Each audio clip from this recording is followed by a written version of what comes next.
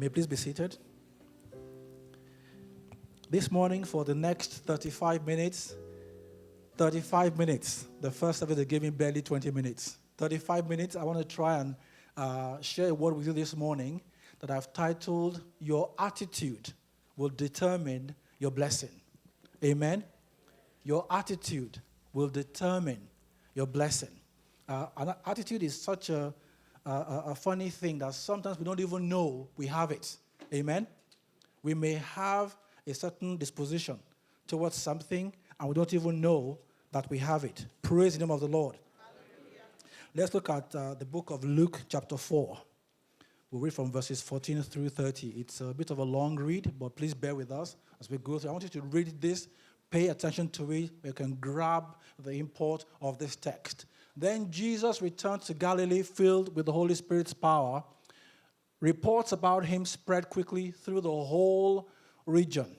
He taught regularly in their synagogues and was praised by everyone because what he was saying was authoritative, it was true, it was new, it was revolutionary. People were excited because people were being set free. They were hearing something different that they knew was now, that was the real thing. Amen? When he came to the village of Nazareth, his boyhood home, his own peeps, he went as usual to the synagogue on the Sabbath and stood up to read the scripture. The scroll of Isaiah the prophet was handed to him. He unrolled the scroll and found the place where this was written. The Spirit of the Lord is upon me, for he has anointed me to bring good news to the poor. I wish somebody will say amen there. Amen. He has sent me to proclaim that captives will be released in Jesus' name. Not just that, next verse, that the blind will see, that the oppressed will be set free. Amen. And that the time of the Lord's favor has come.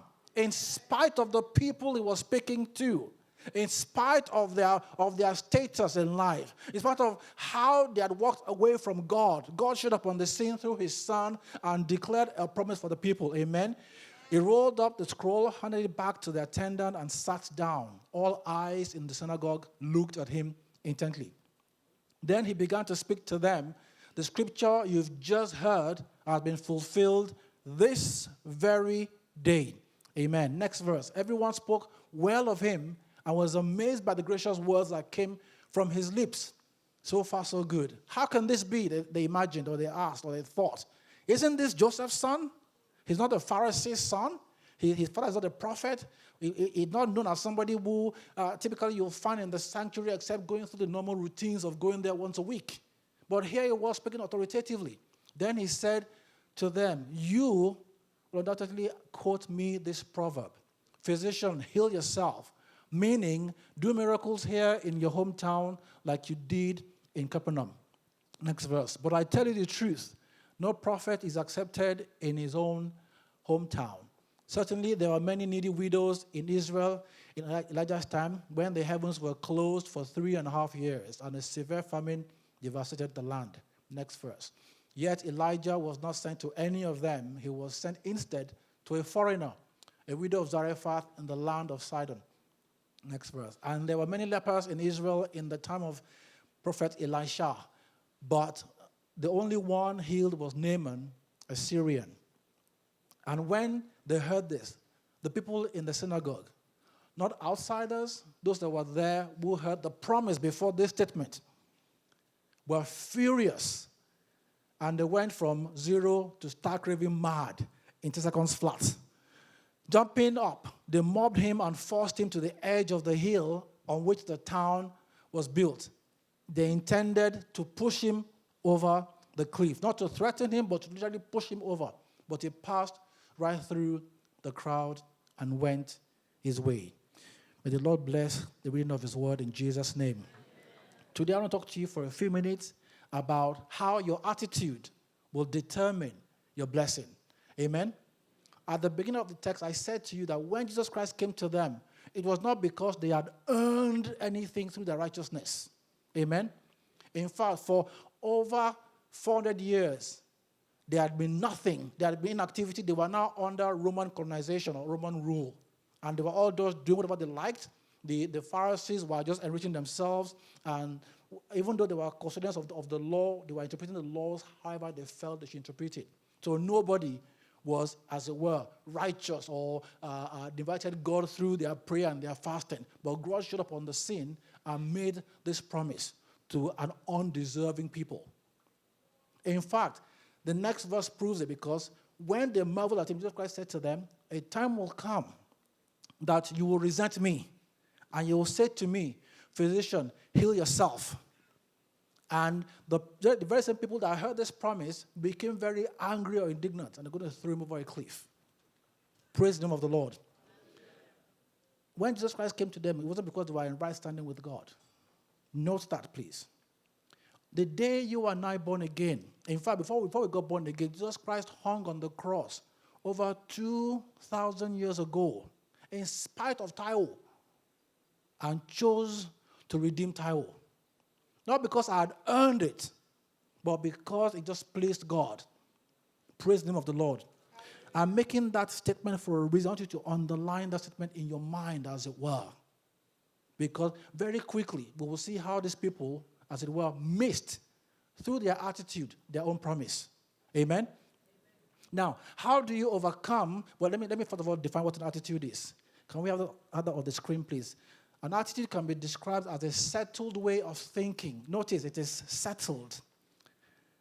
As you go through life, all kinds of things are happening, and things begin to form in your mind, in my mind, and we develop attitudes as a way of thinking or feeling about someone or something. Typically, one that is reflected in a person's behavior.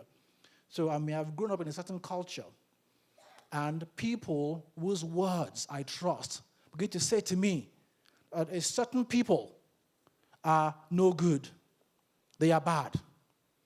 And because I trust these people who speak into my life, I take what they say and I believe it. And I live my life while having no experience of these people. But I have committed to my mind that they are bad. And so when I see them, I treat them as bad. Amen? In fact, if you follow politics in the U.S., it's quite, it's been revealing for me. Praise the name of the Lord. Amen? But because attitudes are settled, you can unsettle them. Amen? And let me say this, sometimes you may not even know that you have a certain attitude. So I shared in the first service, for instance, somebody may come in here and may choose to hire someone, but want to hire a person for a position. But this person, unknown to everybody else, may think women are not equal to men, or may think women are not as good as men, or may think that a woman's job really should be in the kitchen and bearing children. So here we are. Here's Gloria and Sami, for instance. Just for argument's sake, let's say that Gloria has studied more than Sami has studied. Let's assume that Gloria is more qualified because she has gained more experience than Sami has. But unknown to both Gloria and Sami, I think women are lower than men are. And so therefore, when they both show up in my office for the interview, she has no hope of getting the job, even though she's more qualified. And so what I do is, the job is now Sami's to lose. In fact, some people have to do something heinous for me not to hire him, even though he has no clue what the job skills are, or is way less qualified than Gloria is. Amen? Meanwhile, I'm a CEO. Meanwhile, I'm well-read.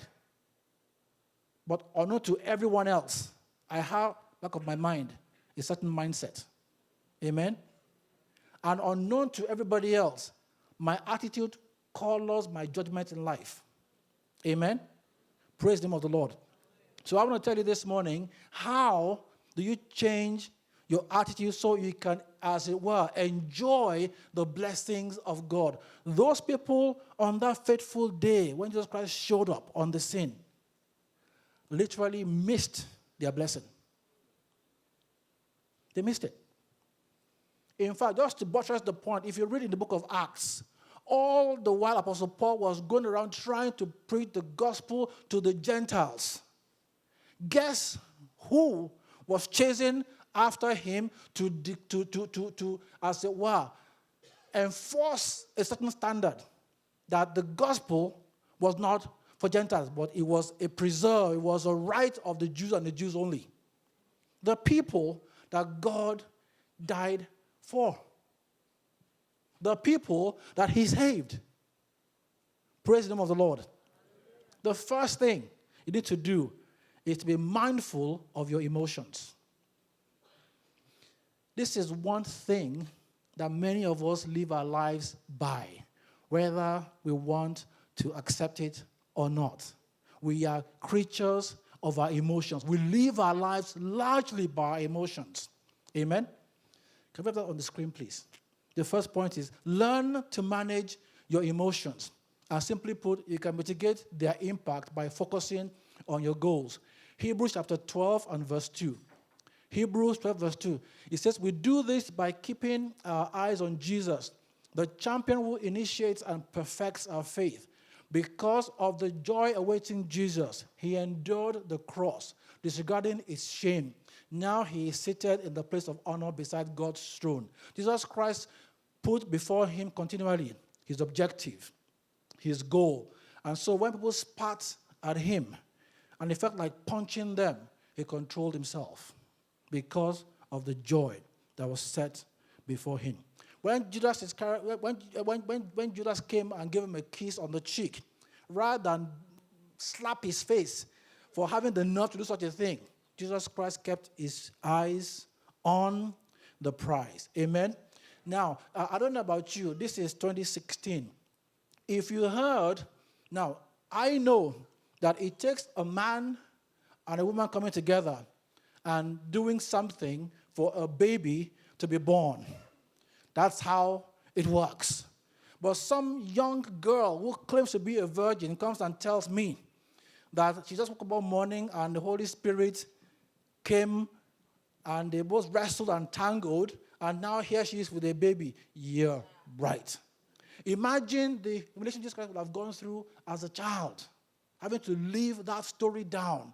But for the sake of what was set before him, he endured and focused on the prize. Many of us, I can tell you today, we have a desire, we have a goal in mind, but may God help us that somebody doesn't come and stir your emotions the wrong way, and you'll be quick to let go of the objective because your ego has been bruised.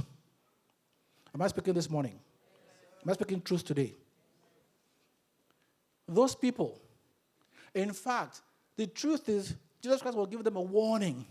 The Bible says, yes, in Proverbs 15, that a soft answer turns away wrath. We have to speak carefully. We have to speak well. We have to speak words seasoned with grace. But the truth is, it was speaking to them and warning them of what may happen that was for their own good. But in that instant, these people were filled with wrath because he had upset their egos.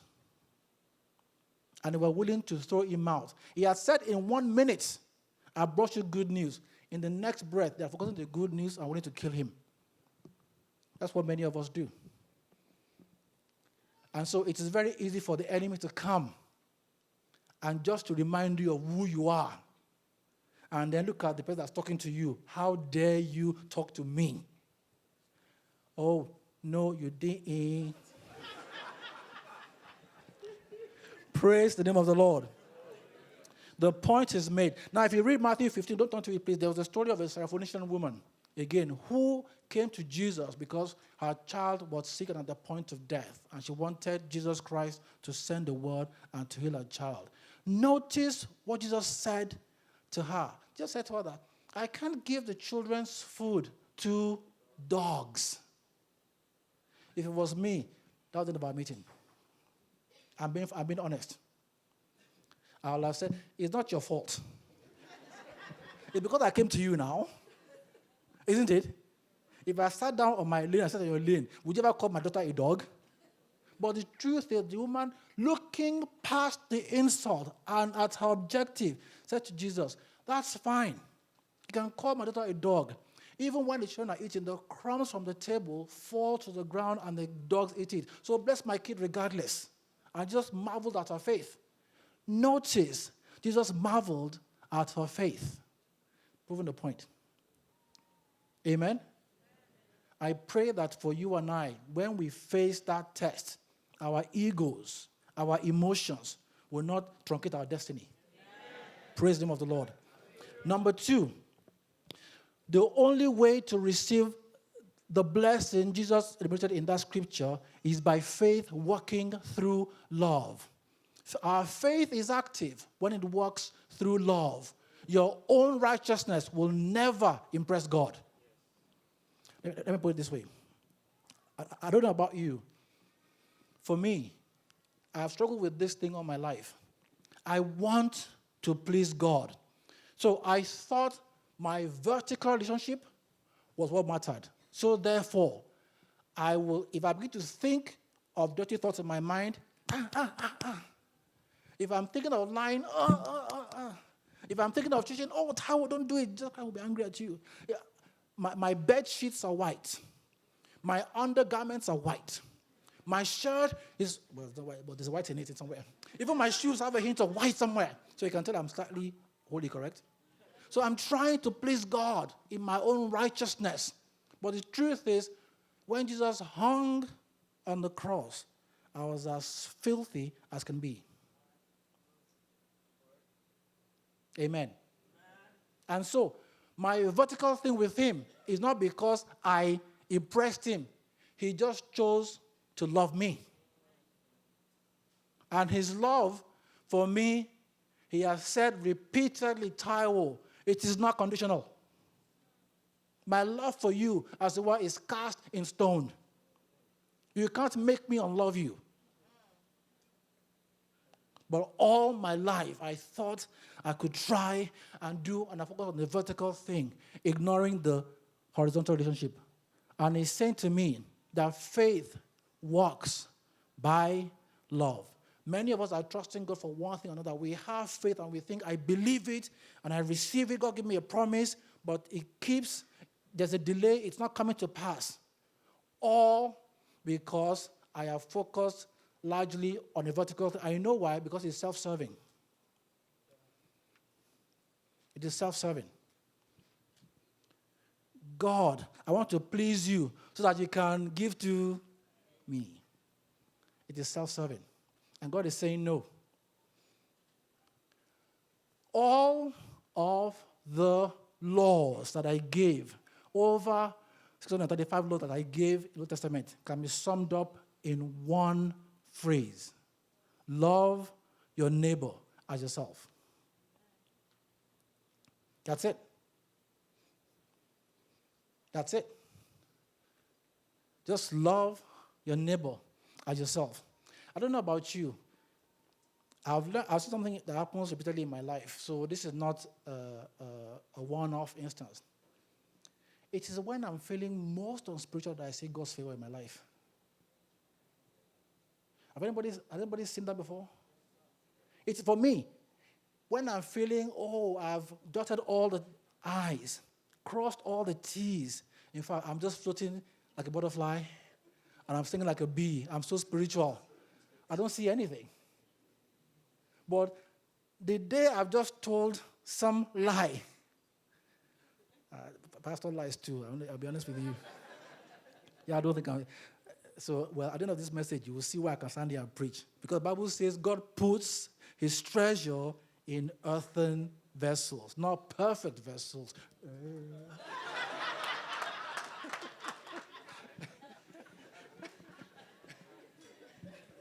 Praise the name of the Lord. Hallelujah. So oftentimes I see, I'm not saying every time, but often I see this happen in my life when I'm feeling most unspiritual. I know I've just told a porky somewhere. I know. And then God comes through and blesses me. I'm like, this makes no sense. He throws my theology up in the air, and I'm confused. I'm like, okay, God, what is it? Sometimes I've seen a man of God do the most unspeakable thing, and yet he's blessed. And here I am. Night vigil, I opened the church. When they were done, I closed it. Giving, I did everything because all of it was self-serving. God says your faith only works when it is done through love. When it's only active when it is exercised through the working out of love. Do you know when you're at your holiest? Most people think to be holy means don't eat pork, don't do this, don't do that. You know when you're holy? Serve somebody else. That's when you're holy. That just messed you up. Yes. If you want to be holy, you know why? Your righteousness at best are filthy rags. At best. At best. At best. Want to please God? God says, well, how do you please him? By faith. And how does your faith work?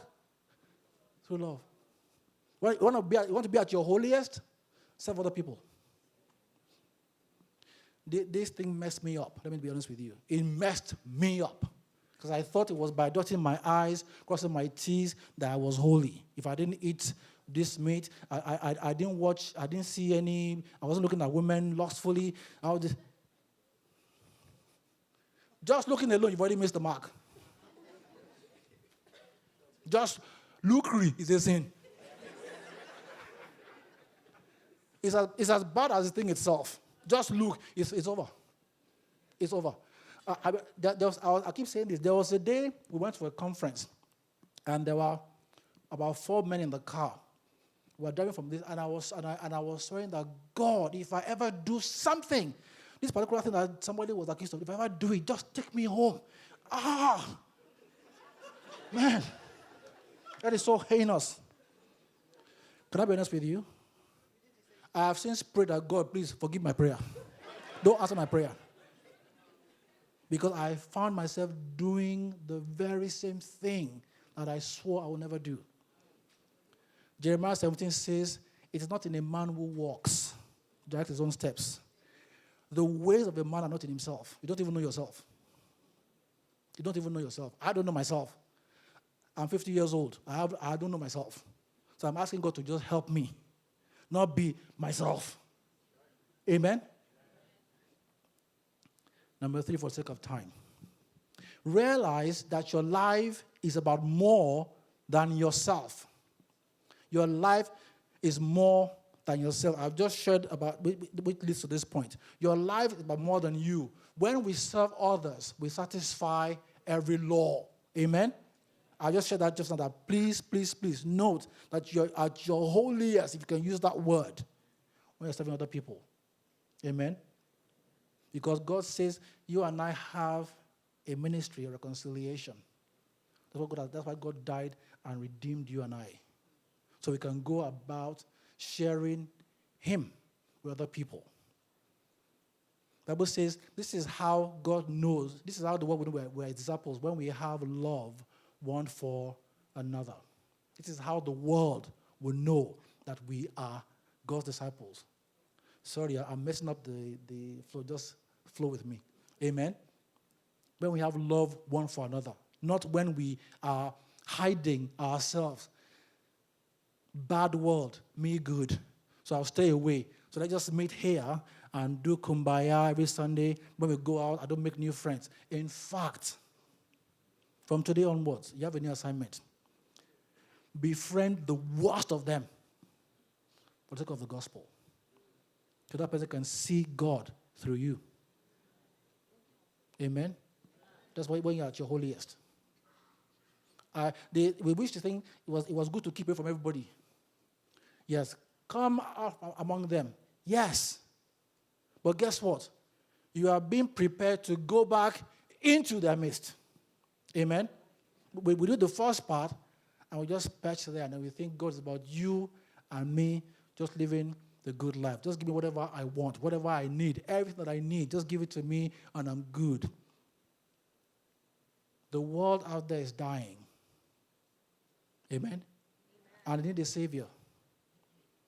And it is you and I that God has given every authority to go and make disciples of every nation. Praise the name of the Lord.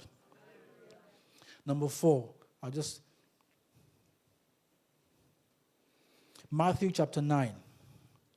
Matthew chapter 9, verses 10 through 15. This one will mess you up. Matthew, not Pastor Taiwo. Matthew 9. Later, Matthew, I'm just kidding, guys, forgive me. I'm kidding. Don't now winch me on the screen. Later, y'all didn't hear that. We are up, we're cool. Later, Matthew invited Jesus and his disciples to his home as dinner guests, along with many tax collectors and other disreputable sinners.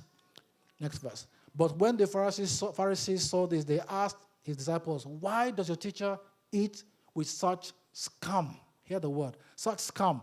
When Jesus heard this, he said, healthy people don't need a doctor. Sick people do. Next verse. Then he added, now go and learn the meaning of this scripture.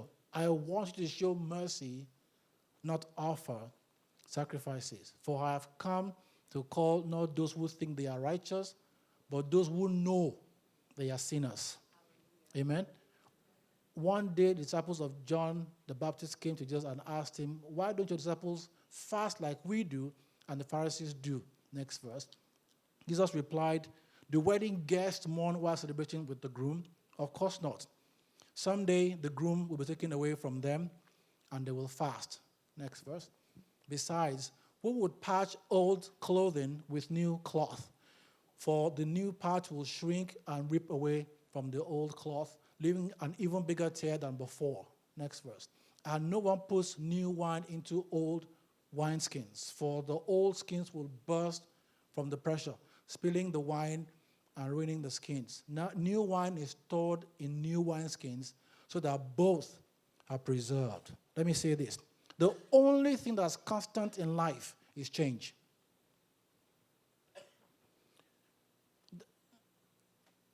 Y'all are messing me up. I'm reading the script. Do you mind? The only thing constant in life is change. Identify your prejudices and overcome them before they consume you. Those people in the text we read earlier were waiting for something that they were familiar with, how things had been done in the past. So when a new thing came in, it had no chance of succeeding with them. It had no chance. And here is the kicker. A couple of weeks back, my daughter got up to some really poor choices. She made some poor choice. And my wife and I had traveled. And so actually PF had gone to the house and noticed what it was and then called us. And we were. Now, I was about to just sort of really go off on her and tell her how life works. But before I went off, they said, Taiwo, come. Remember when you were a teenager? And then they told me, they gave me a picture of what I did. If I tell you, you will pray for me. That maybe God should keep on forgiving me, that you have to do 21 prayer days of prayer and fasting, that God will have mercy on my soul. The thing that I did as a teenager. Now, what she did was just something almost this, you know the speck and the log? Yeah, I had the log, she had the speck. Okay, and I was trying to correct my daughter with the speck. So rather than speak to her with my hand or something physical like shoes or anything, I then calmed down. So I had to have a conversation with her and talk to her about how life is, be careful, you're going to make choices. I'm trying to date my daughter now so that she can understand some things. But all of that to say that the only thing that is constant in life is change. Jesus' house. Jesus' house. I have a word for you. This is not men's ministry. Jesus' house, I have a word for you. I want you guys to hear this. There was many of the people in Jesus' house today I've come to Jesus because Jesus offered something new. Jesus Christ is not the same as what was the former or the old. So many of us have come to Jesus' house because we want something new. Be very careful that you don't become the very thing you once hated. Amen?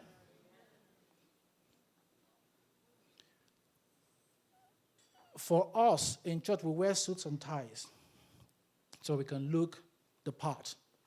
I have to wear a suit and a tie. And I have to use King James. Okay? Not, y'all are using New Living Translation. And we have to do things like that. When I come in, I have to speak in mother tongue. The Lord bless you. Now it's, Lord bless you, whatever, yeah. It's all good. It's all good.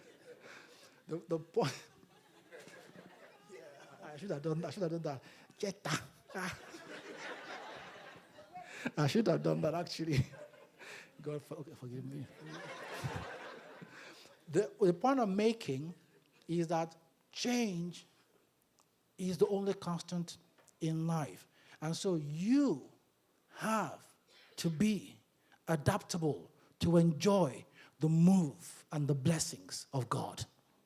You can't be rigid. Amen? We can't be rigid. Amen? We have to keep an open mind because you can never put God in a box. The quickest way to be out of God's will is to be rigid. To think you have figured God out. That's where I was. I thought I had figured God out. Do all the do's and don't do all the don'ts, and you are home free. Well, I have since learned better. I told you that at times when I'm blessed, and I'm blessed when I'm in my most unspiritual. And when I think I've dotted everything, nothing's coming through. Amen? Praise the name of the Lord. Those people could not deal with the new. Jesus Christ was about 30 years old when he made this comment. He was 30 years old.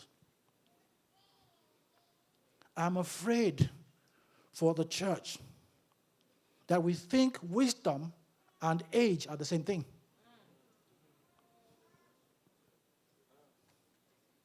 Amen? That the way we live our lives, we think, now, if some is 25, 26, or 30 thereabout, how old are you? 22? Just a kid. And I'm 50. Okay? So in my mind, there is no way in God's earth he can teach me anything. That's where I am. I'm dead already. I just don't know it. Amen? God can have a little kid.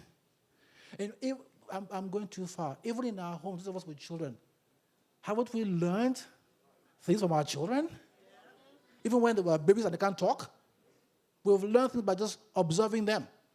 And we become better for it. God can use a donkey to speak with you or to speak to you. Amen? So the worst thing you can do for yourself is to remain an old wineskin. Amen? You've got to be renewed by the transforming of your mind. Praise the name of the Lord. Luke 19. And we'll stop here. Luke 19, verses 41 through 42. Please, Luke 19. I don't think I gave you guys that scripture. Luke 19. Am I making sense this morning? Luke 19, verses 41 and 42. If you have it on the screen, please, guys. Luke 19, verses 41 through 42. Thank you for your efforts, guys. I really appreciate your help with this one. Now, as he drew near, thank you, he saw the city and wept over it, verses 42, saying, if you had known, even you especially in this your day, the things that make for your peace, but now they are hidden from your eyes.